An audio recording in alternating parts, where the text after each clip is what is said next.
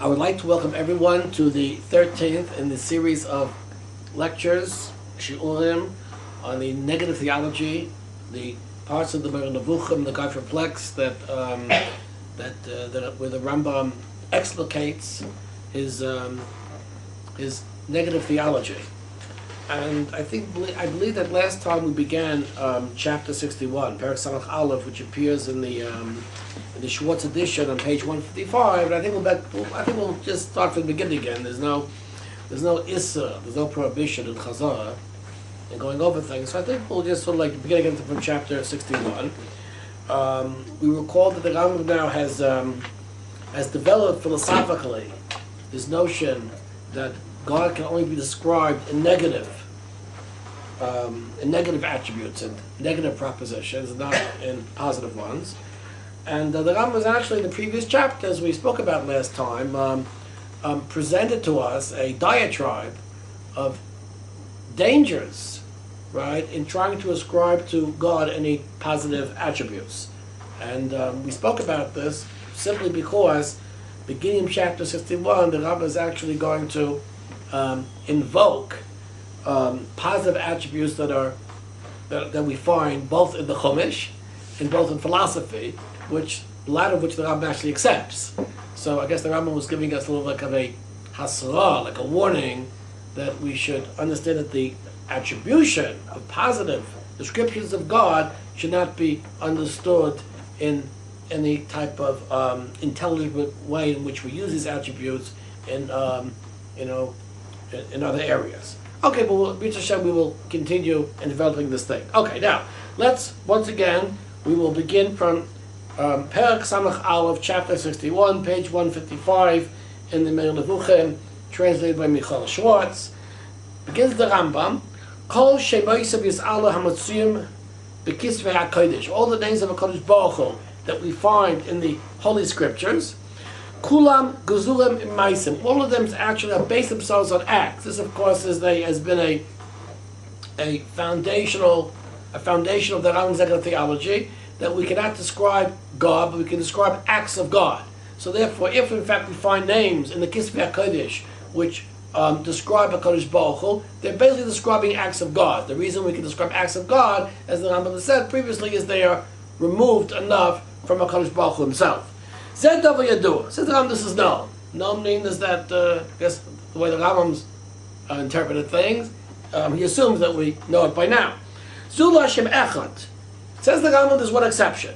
For who Yud Kei Vav Kei. This is the it's usually referred to as the ineffable name of HaKadosh Baruch Hu, the tetragramaton. Something is referred to. Ki hu Shem Prati Lo Yis'ala. Because actually this is a proper name. In other words, it's not a description of God's act, which is actually a proper name of HaKadosh Baruch Hu. L'cheinu nikra Shem HaMafulish. Says the Rambam, because for this reason it's called the explicit name, because a proper name of God is called the explicit name, which it explicitly refers to God and not to anything else. That the name refers to God's essence, the God of Himself, and therefore we're not using a term to God, which a term which is in common with something else. In other words, it's not a term that we use in the world that we have to be applying it in addition to HaKadosh Baruch Hu, but rather it refers directly to HaKadosh Baruch Hu's essence. Other names by which we extol God, we're now turned over to page 156. In the contradiction to this, in other words, other names that we give of HaKadosh Baruch Hu, merciful, kind, just, are names that we usually use in the mundane sense, and we happen to also use them with God too. In other words, it's shared with God and the rest of the world, and other things too. Because these are based upon acts of God. In other words, these acts are something which we are acquainted with in other words, in the acts that people do other than acts of God. Like we explained. And this is all something that we've spoken about. In other words, of course, when we actually use Yud Kei Vav Kei, we never say the name explicitly. Of course, we no longer know how to say the name explicitly, but we use the lashon of adnos, right? In other words, basically, In other words, the name that's used to refer to the Shem Mefurish is Adnus, Aleph Daled Nun Yud, and says the Rambam, this is based upon the fact that the Kodesh Baruch Hu is Adnus, that in other words is based upon the fact that the Kodesh Baruch Hu is the Lord, right? Which means what the Rambam is saying is that the name that's used to refer to the ineffable name, the tetragramaton, is a name which in fact actually denotes lordship, right? And this in fact actually is the reason it's used as such. Like it says, Dabei ish Adon Ya'aretz, right? Is the pasuk. Adon Ya'aretz means our master. Now, Ha'hedel ben Shetayma Adoni benun Charuka. The difference whether you say Adoni, my master, with a nun Charuka means a chirek, or ben Shetayma Zois benun Arucha Kamatz, or use Doinoi Kamatz, Kamayu. Kehebel ben Shetayma Sori, Asher Mashbusu Hasar Shali, if you say Sari, my son, my noble, or ben Shetayma Sorai, Eishes Avraham. In other words, the difference between a description of a master, we're saying my master, and between what he's calling a kinoi, is denoting a proper noun. Kimilim edel mabios covered v'koilos acherim. In other words, what we're doing is we're giving praise, we're giving honor. In other words, the reason that we're mechana, that we refer to the yudke vavke, the tetragramaton, right, in terms of adnus, because the word adnus itself usually means that we're giving honor, we're giving cover to a certain person, and to say that we're giving cover explicitly to a Kodesh Baruch Hu as opposed to anybody else, so we replace the chirik Adoni with Adonai, Komatz. Sharei Nema LaMalach Adoni Imnam Tzatzachem Einecha Al Na Tavor, etc. Okay, now beyond the Chazois Dafka. When it's Adoni, it's not talking about God. Or, Adoni is not talking about God. No, it's talking about when it's with the chirek. It's not speaking about a Kodesh Baruch Hu, but rather it's speaking about a person using respect to another person. So we never find in Tanakh someone talking to God with Adoni. No, I don't think so. When Yehuda speaks to Yosef, he says Adoni Sha'al, etc., etc. I think the Komatz indicates that it's a Kodesh Baruch Hu. That's what I think. In this usage of machlokas about whether he's Avram speaking to the angel or thing, in the footnote says it's a resolution. But what? Adonim namat zazechen is a machlokas. In the Gemara. But is that a chomatz? It's Adoni. It is Adoni. It is Adoni. Okay, then I don't know. Apart from this. Okay, but Adoni, it could. I thought it was. I'm not. Oh yeah.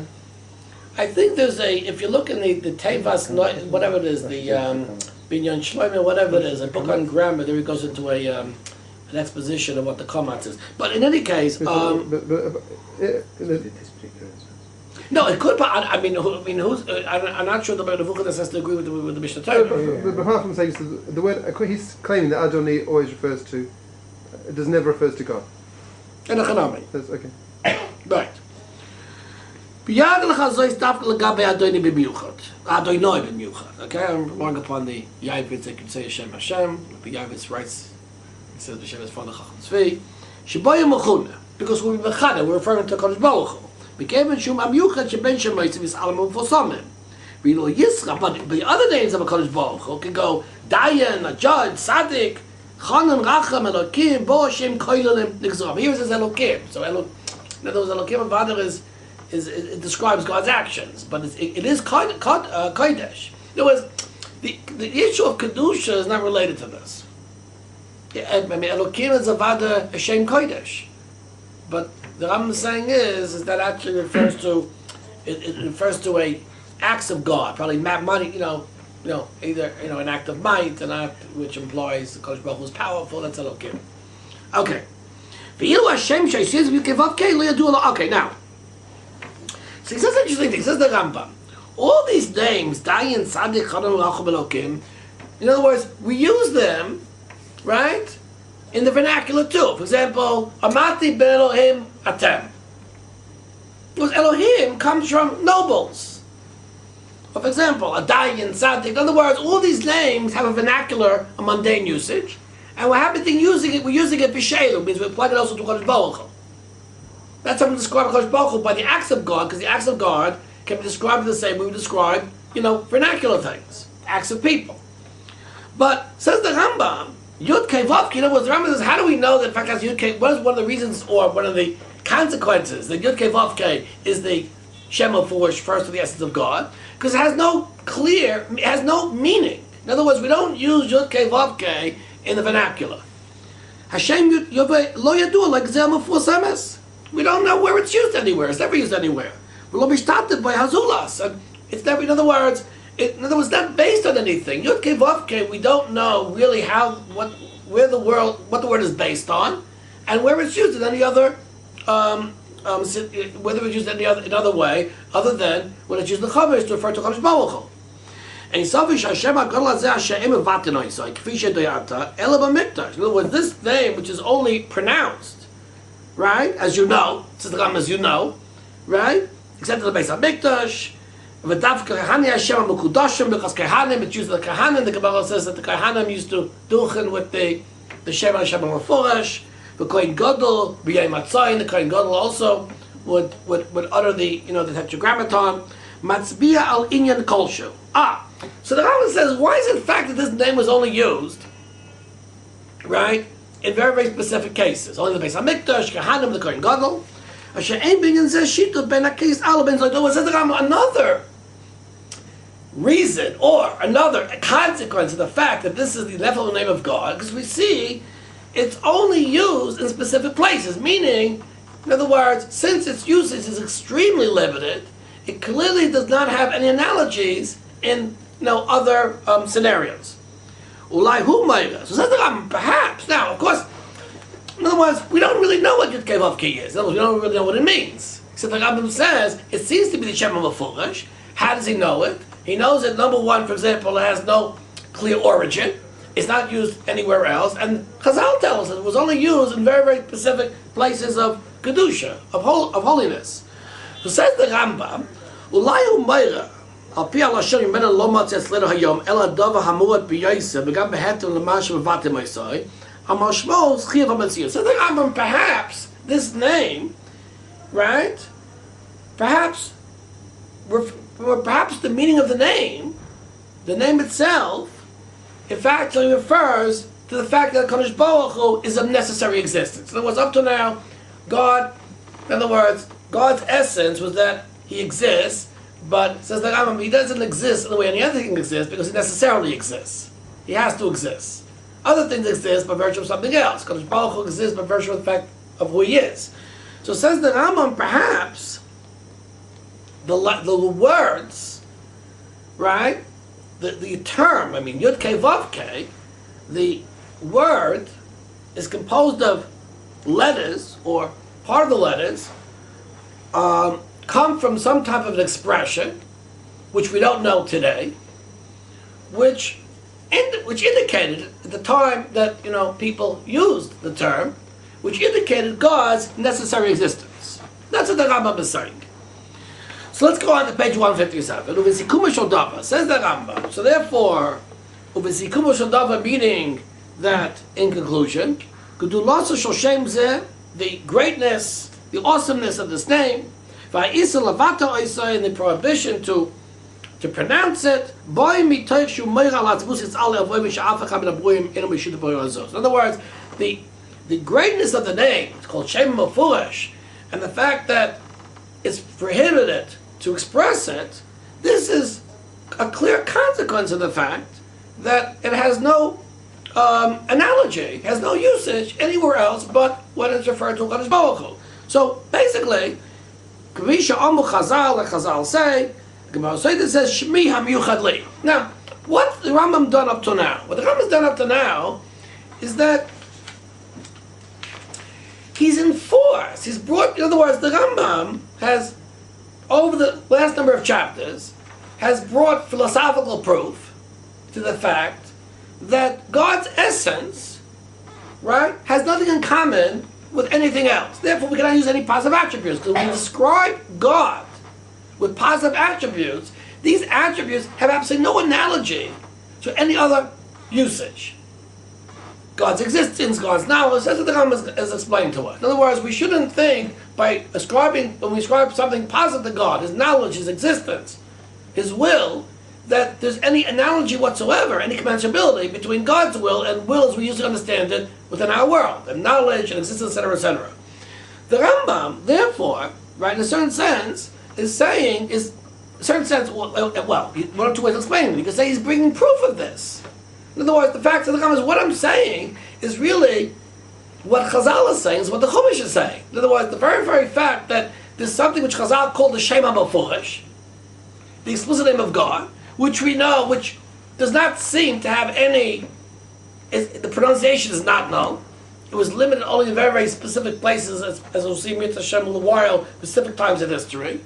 And also, too, it does not seem to have anything in common with any other noun that we're aware of. And in fact, as we don't even know how to pronounce this, says the Rambam, all these things are rayas, are proofs, right, of the philosophical conclusions which I reached in the previous chapter. In other words, we see clearly that the Chumash is coming, in a certain sense, to the Chumash is basically coming to substantiate the philosophical arguments that I've made. Okay, very good, Baruch Hashem. In other words, should a person say, well, the Rambam, this negative theology is an invention of Aristotelian and Platonic and Greek thinking and has no origins in the scriptures, and the Rambam and the scripture basically is composed of deities, paganist deities, that was somehow fashioned and made into a monotheistic religion. So the Rambam, obviously this is not true, because we see the peculiarities of the explicit name of God all have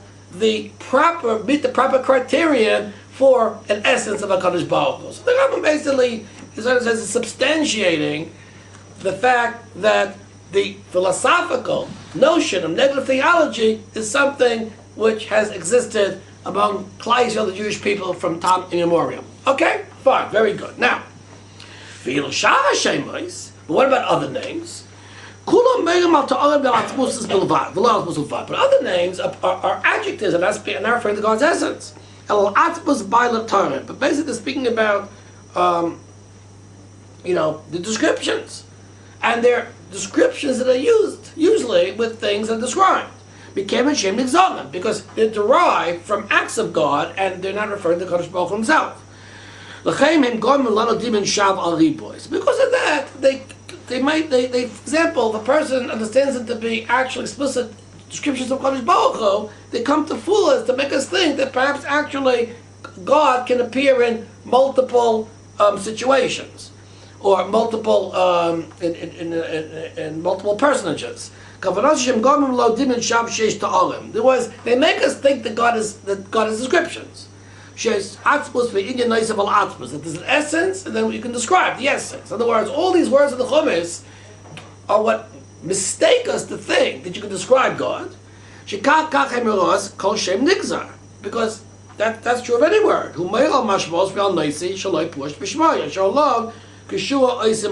is the concept of an adjective. An adjective implies that, in other words, there's an object that you're describing. But since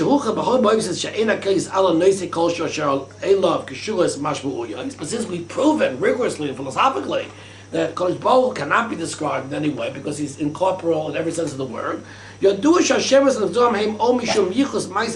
therefore we have to say that the words are actually, in fact, descriptions of his actions, or to teach us on the Kadosh Baruch Hu shleimus. Now, this is an incredible thing. The Rambam here is stuffing something in, to use the Yiddish expression. He says, he brought the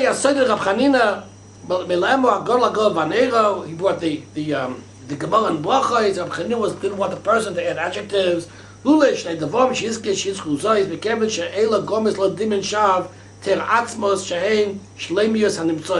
other words, basically, that's what Rab Chanina didn't want him to use, the person to use, positive attributes, to be attributes, because had they not been used in scripture, in other words, there's a danger in using positive attributes of Kadosh Baruch Hu, because they sometimes can mislead us into thinking that you can describe God when you can't describe God. It's very, very interesting that the Rambam actually makes two clauses here, which are important. Because the Rambam began the parak, by saying that the other names of God are really descriptions of his actions. Right? That the Rambam began. Chapter 61, page 155. Kol shemaisim is Allah mitzuyim v'kisvei hakodesh kulam gezur mimaisim. All of them are descriptions of his acts. And in fact, this was actually the exception. The exception to negative theology, namely, that's the exception to theology. In other words, when terms are used to describe God, they use to describe God only because they describe his acts. And the Rambam says, in other words, you can't describe God's essence by terms because people do that. They think in other words, they think that something which is the perfection of people, the perfection of God. They make that mistake. But here the Rambam is telling us a very interesting thing. He's slipping in another clause. He's saying, why did the Torah use adjectives which describe God? He says, either, since it's been proven, and of course the Torah cannot possibly contradict reason and logic, since it's been proven that God is incorporeal and therefore resists any form of description, so it must be the names that appear are either what? Either because they're a description of God's acts, or they're coming to teach us about his shleimus, about his perfection. But why would something come to teach about his perfection? That violates negative theology. So we have a very interesting thing over here that in fact actually, and not only that, I mean, the Rambam has told us in actually the previous chapter 60, don't use any attributes because attributes fool us to thinking that our perfections are God's perfections, and that's really wrong. So the Rambam has essentially what the Rambam has done is he slipped in here a glaring contradiction to everything he said heretofore within his negative theology. Now, I'm going to leave this here as it is. Maybe I can really answer this, right? The fact is that, and the Rambam has warned us in chapter 60 not to use terms which indicate perfections because they're merely perfections in us and not perfections in God. But describe his actions is in fact that. Now, how, in other words, Kalaima, and the Rambam on became in She'ela Gomes Al Dim and Shav, Te'uri Atzibus, they come to fool us that they come to fool us to think that we can actually describe it. Kalaima, Shehein Shleimius and Nimtzois Boy. In other words, things that are perfections in us, why should we think we can think there's perfections in a Kadosh Baruch Hu? Now, what the Rambam might be saying is that we have a little bit of a question.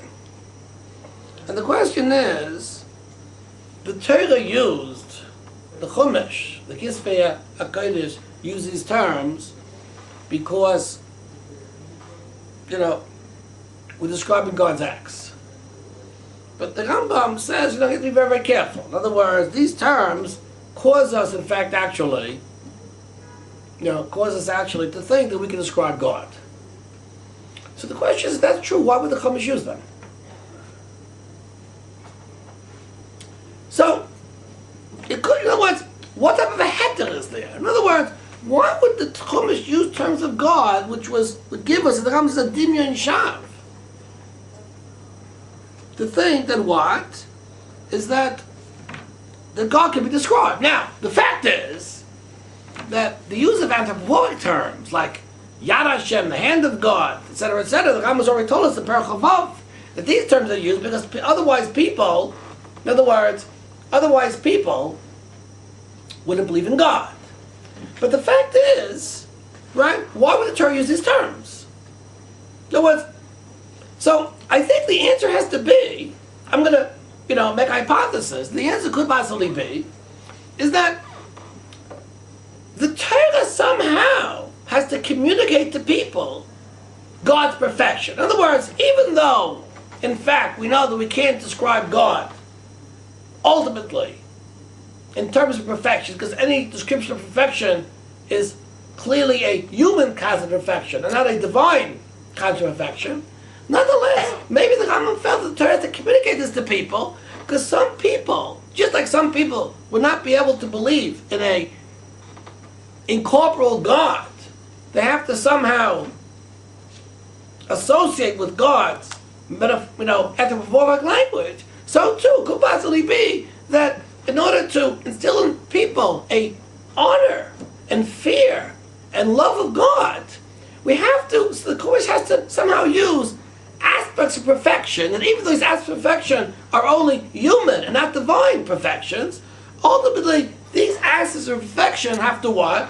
In other words, have to give people a concept of perfection so that they can truly honor and extol HaKadosh Baruch Hu. That's what I would say is what the Rambam seems to be saying. And the fact is, so therefore, the fact is, what was the Rambam saying in chapter 60? He was saying like this. He says, don't be fooled that the Torah uses terms of perfection. It was the terms of perfection should not be understood any more literally than terms like God's hand, or God's feet, or God's face. In other words, just as the terms of the Chumash have to be understood in the proper philosophical sense, even though the Chumash uses anthropomorphic language, so too, terms to indicate God's perfection have to also be understood in the proper philosophical sense. Do not be fooled that Torah uses these terms. I think that's probably why the Rambam here sticks this in. Okay? Now, let's go a little bit further. Shemaisim yis'ala shenigzu min ha'maisim gomer l'kawan Hashem dimen shav sheish lo ta'ala merubim k'mispa maisim shem nigzuru. Of course, once again, the Rambam is actually repeating this.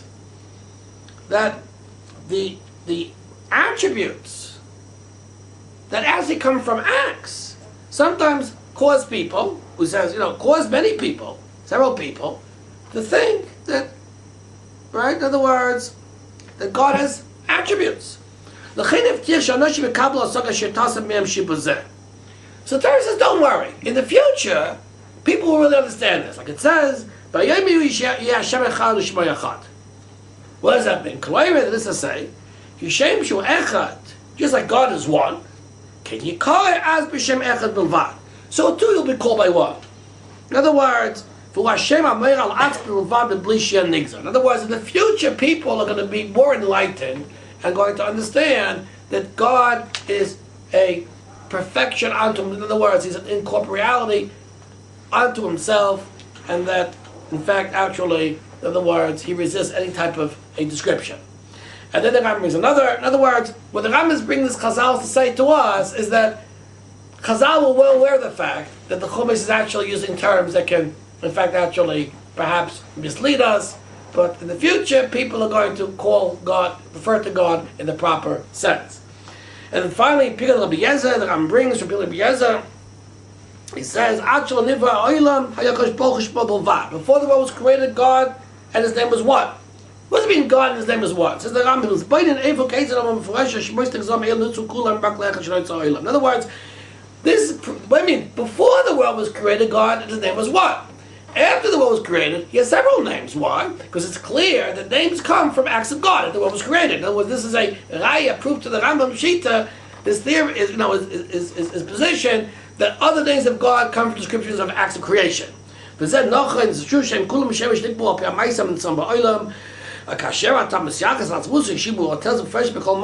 you refer to God's essence, which transcends any type of act, the name has no precedent, no name has no root, has no meaning in any other context. Don't think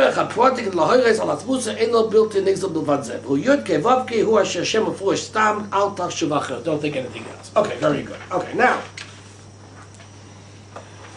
so up to now, what the Rambam has done is he explained to us how names appear in the Chumash, and how these names, in fact, actually do not violate his negative theology.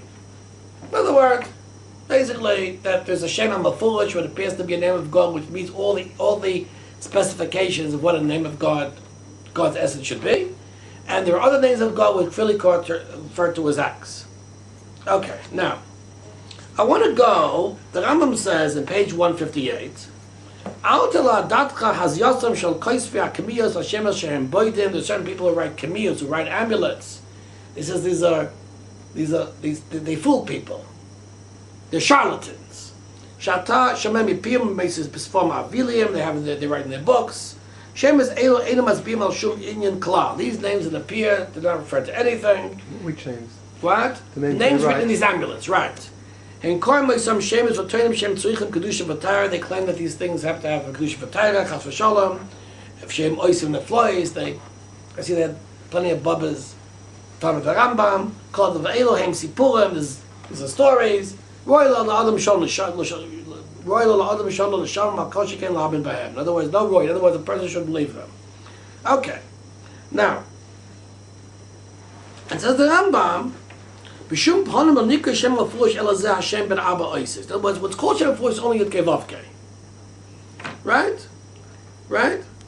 Okay. Asher Einu Nikra L'Fiyas Yezim Ferish, and it says, it brings a Sefri, Koi Zvos B'Yisrael, Koi B'Loshan Hazeh, Koi B'Shem L'Fush. The breeze the Mikdash could cost for Medina Bekinoi. Because the Medina, that means outside the Beis HaMikdash. Talmud Nemar, Koi B'Shem Mefurish, Atoi B'Shem Mefurish, Elol Bekinoi, Talmud Levi, some with Shemi Al B'nai Yisrael. Shemi Al Yuchadli. He's Balachas and the Rambam again, the Shem Mefurish is only Yud Kei Vav Kei. Okay. Now. What does Rambam do with the Shem Ayin base? We're going to speak, well, Ayin Beis, I don't know, but he's going to speak about the next chapter of Shem Mem Beis. Shem Chab Beis Ben Mem Beis. He's going to speak about it. The Rambam is the next chapter is going to go into this.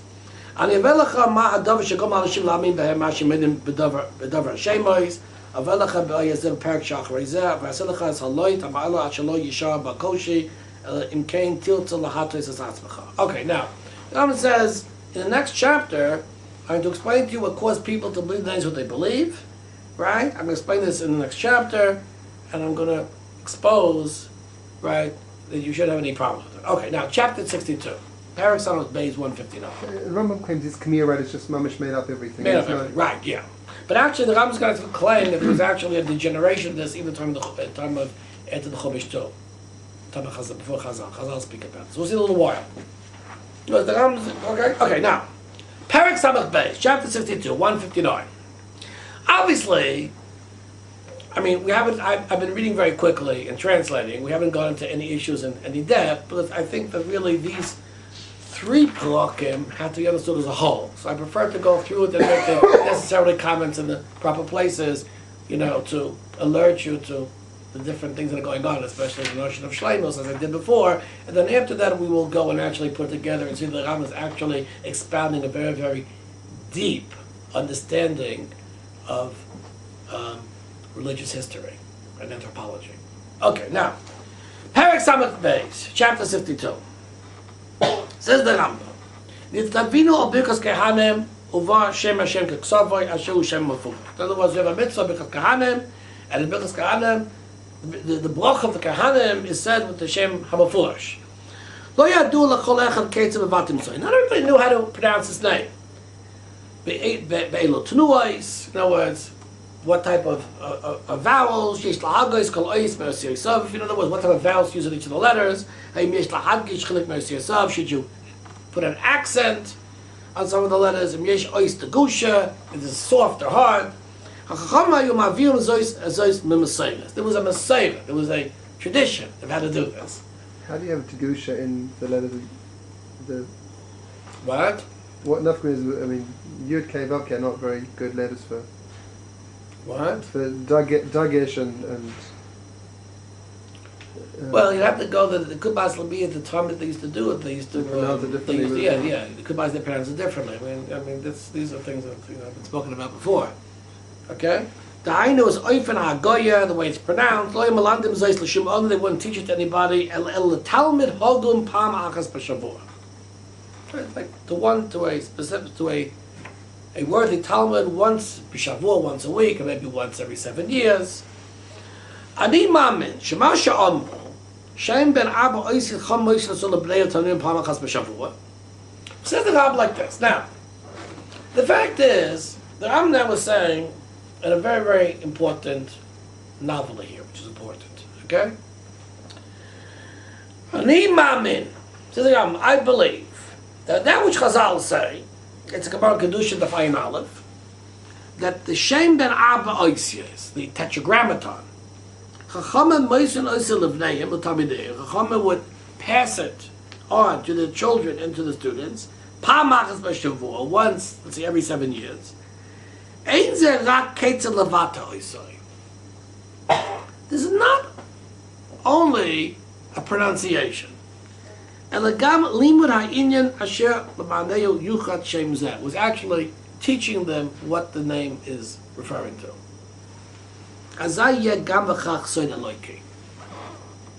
And therefore it will be a divine secret. Now, what's the Rambam saying?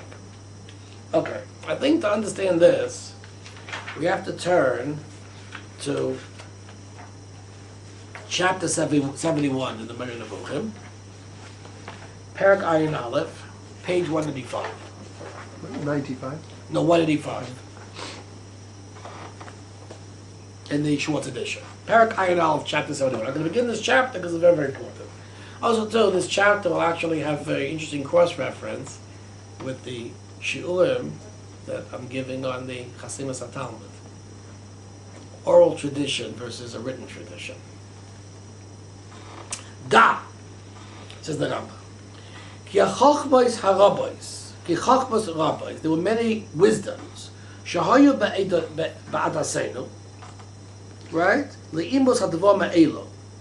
Avdu beglal oyach hazman. In other words, there were many wisdoms that were actually known in our nation, right? That actually expressed many of the ideas that we're expressing here in the Moreh Nevuchim, says the Rambam. But they were lost, right? Avdu beglal oyach hazman. They were lost. Why? Because of due to time. Beglal ishtaltus or umeis haberes aleinu, because that the Jewish people were persecuted, were ruled by the ignorant nations. Also too, an oral tradition is only transmitted to very select people. We spoke about this in detail in the Chasimas Hashas, Moshe's Banu, like we explained. In other words, what was meant for the public was the Torah Shabbat, the written law, which the Medrash says in the Bar, Moshe ben wrote and gave it to every Shevet. The Rambam mentions this in the Hakdama to the Mishnah Torah.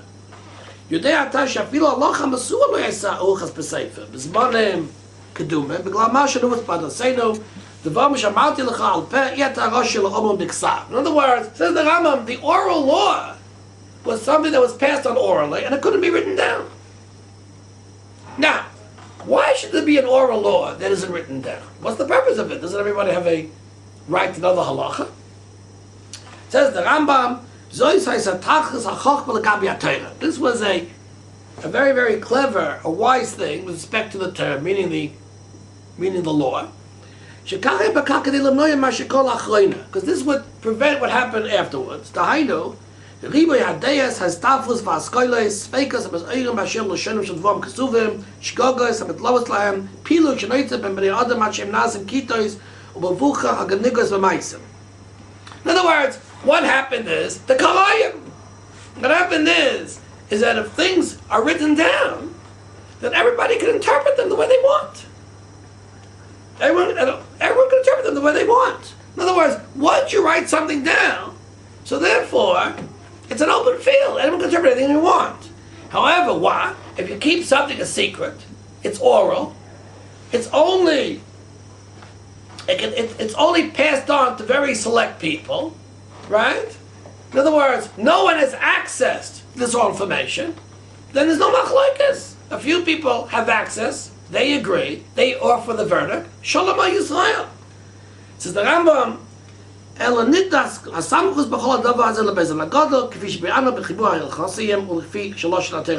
words, basically, the Beis Din Gadol has total, right? And in other words, the oral law restricted to Beis Din Gadol. The Beis Din Gadol has total access to the oral law. Nothing is written down. And therefore the Beis Din Gadol issues a psak. No one can argue. Why can no one argue? Because no one knows the reasons. No one has the sources. Everything is oral. Once you write something down, there's 100 opinions. Okay, now. Now, what was the reason we didn't give public access? Otherwise, it'll be what's the kilkel? Everyone will interpret the way he wants. Everyone's at Krumah Pshat. This way, only those people who are most qualified to interpret will interpret, and the information is not accessed to anybody else. And therefore, that allows to maintain the authority and the true expression of the law. Allah has come for Kama, says the Rambam, how much more so? Certainly, Sislei Torah should be only oral and of limited access. What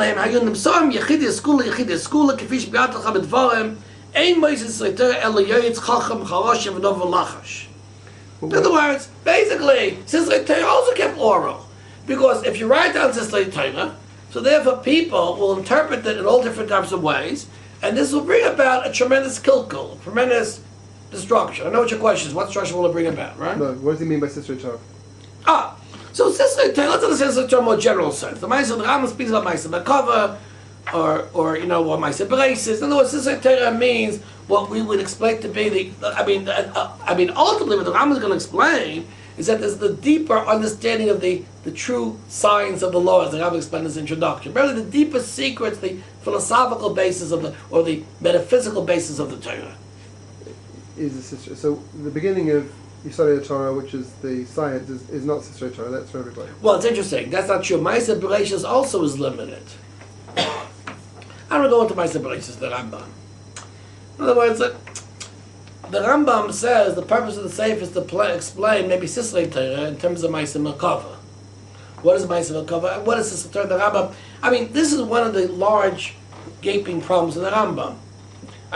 The Rambam says to me, it's like David is complaining to me Sislei Torah, and at the end you go past Ma'aseh Merkava. What happened? Nothing happened.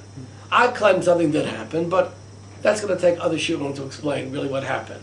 But in any case, whatever it is, Sislei Torah is also something which has to keep war. In other words, when something is oral, it's of limited access. Only those people who have the authority, the knowledge, and the mastery, and are qualified to interpret it, only they are given access to its interpretation. That's what the Rambam is saying. And says the Rambam say that for this reason these things were lost. Why? Because it's oral. So this oral becomes lost. It's not written down. In other words, only in Midrashim and Agadata do we find references to these deep secrets. These are small little sparks, little seeds, and there are many klipas, there are many shells on top of them.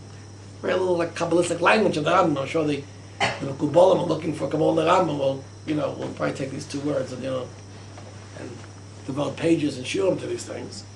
But this in other words, basically people will be besazik in these klipas and basically think there's nothing beneath them at all. In other words, basically, what the Rambam says that the Agaditas were secrets that are communicated by different things, that when people read the stories of the Agaditas, they think that they're all different types of maybe nice stories, silly stories, but there's nothing deep behind these Agaditas. In other words, you're working on Agadata. In other words, Agadata is supposed to seem silly. Why is it supposed to seem silly? It's supposed to seem silly because we don't want people who are not qualified interpreting these deep access to these concepts. So it's better they should teach them silly stories or stories that people think have really no meaning than teach them the actual clear concept. Okay, now, it says the Rambam, well, what about things that we have from the Go'inim? So the Rambam, this comes from the Kalam. Whatever it is, anyway, it's a little bit further. Now, what did I read this section here in the Rambam for? I read it for the following reason. I read it because clearly the Rambam understands that secrets, there were secrets that were communicated orally, but because of the oral communication, they were lost. Okay? Now, what are these secrets? What are these secrets? Now, the Rambam, it's interesting. The Rambam says, page 186, I've been third class line, so the Rambam, that was the Goïnim was speaking about Yichud, they got it from the Kalam. Okay? mean like this. But the Rambam seems to be saying is the Yichud Hashem is one of these secrets. So no one can do the mitzvah of Shema, Kriya Shema. Well, one second. The Rambam seems to be saying that the Shema Meyuchad, Yud Kei Vav Kei, Shema Mefurish, Yud Kei Vav Kei, is a Soid Eloki. It's a divine secret. It's a divine secret of necessary existence. It was only passed on, right, from a person to his students and sons once every 7 years. Says the Rambam, when the Chazal say in Kiddushin that they passed on the pronunciation of Yod Kei Vav Kei, they don't mean the pronunciation. I mean, why should the pronunciation of a name be such a secret thing?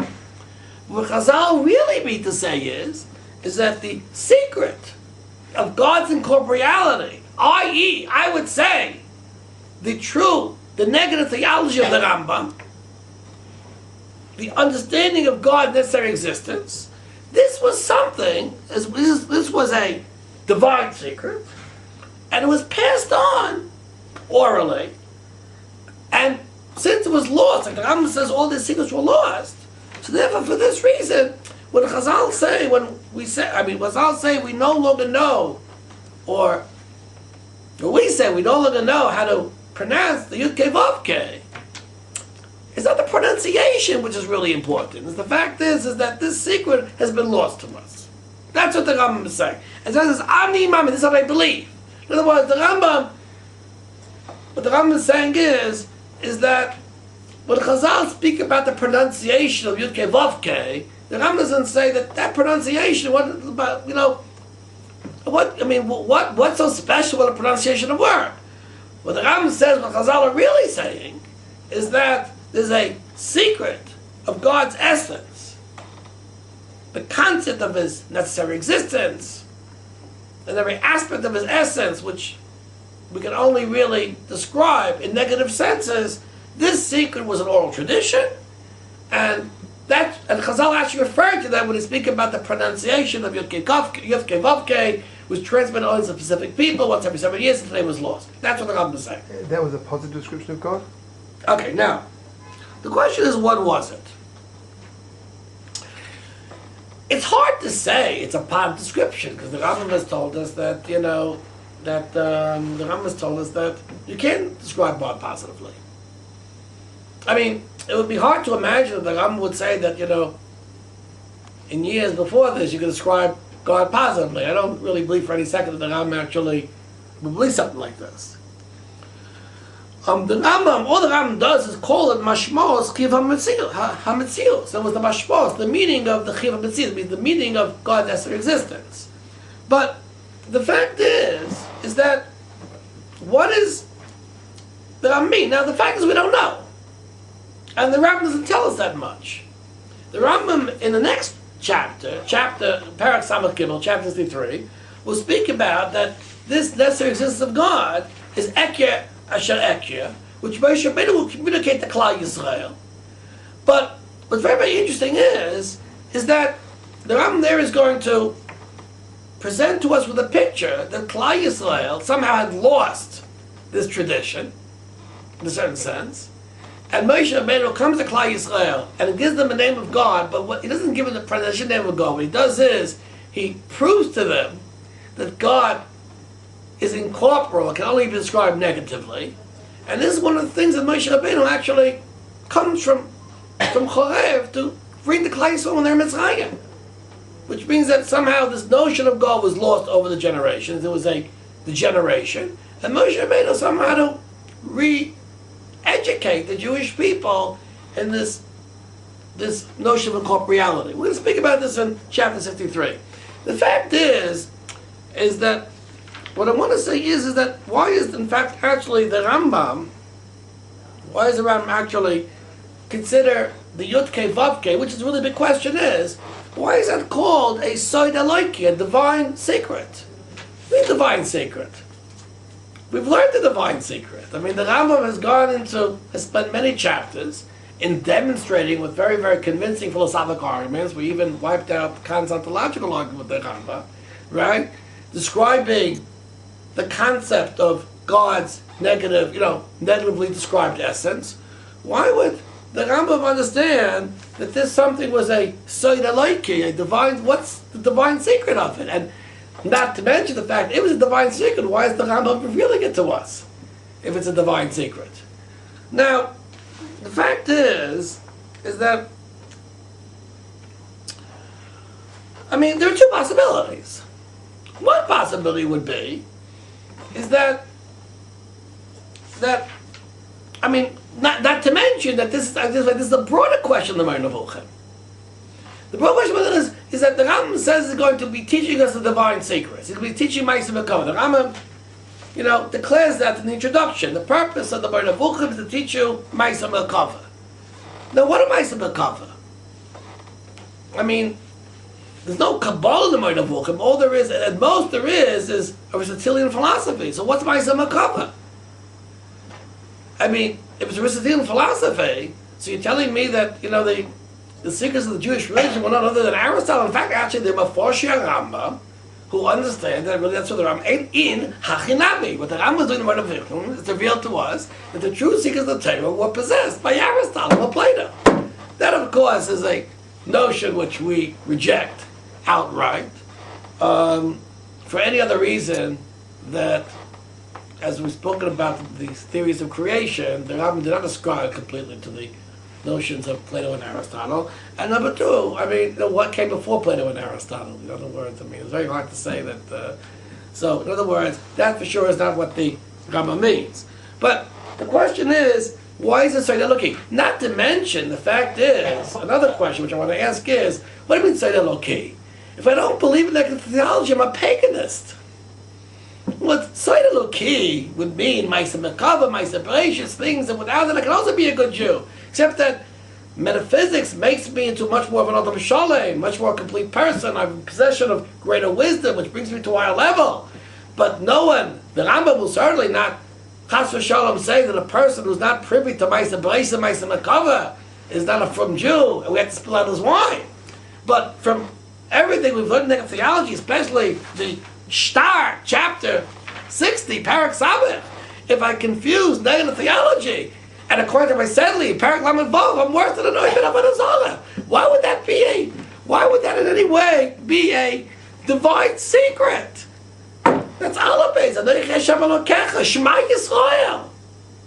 Why would I consider a divine secret to be something that, according to the Rambam, is the basis of our monotheism, of which anything else other than that is basically paganism and variations thereof. So, I think in Mir Hashem, this is a very, very deep issue which I can't begin to address now. The Rambam's theory of Seidas HaTorah as they were transmitted appears several places in the Moreh Nevuchim, which I'm going to go into. He's actually go back to again in this parak, in Samach Beis, which he speaks about the really history of the transmission of the Seidas HaTorah. He speaks about it in chapter 63:2, and I think we'll have to leave that for the next lecture. In any case, until then, I'm keeping you at the edge of your seats for an undisclosed place in Yerushalayim Kodesh. I wish everybody kol tov and hatzlacha.